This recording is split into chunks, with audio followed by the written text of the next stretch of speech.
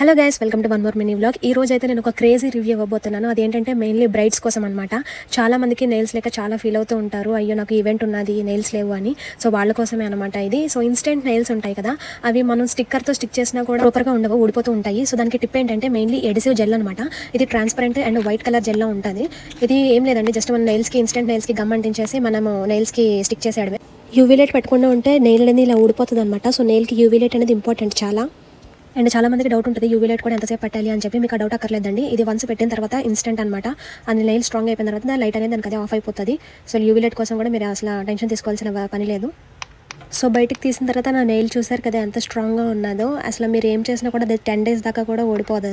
Just అది remove అయిపోవాలంటే water add చేసి remove చేసేయడమే. So మీకు ఇది కావాలంటే ఆన్లైన్లో అవైలబుల్ ఉన్నది, అమెజాన్లోని. కావాలంటే తీసుకోండి, పిక్చర్ యాడ్ చేస్తాను.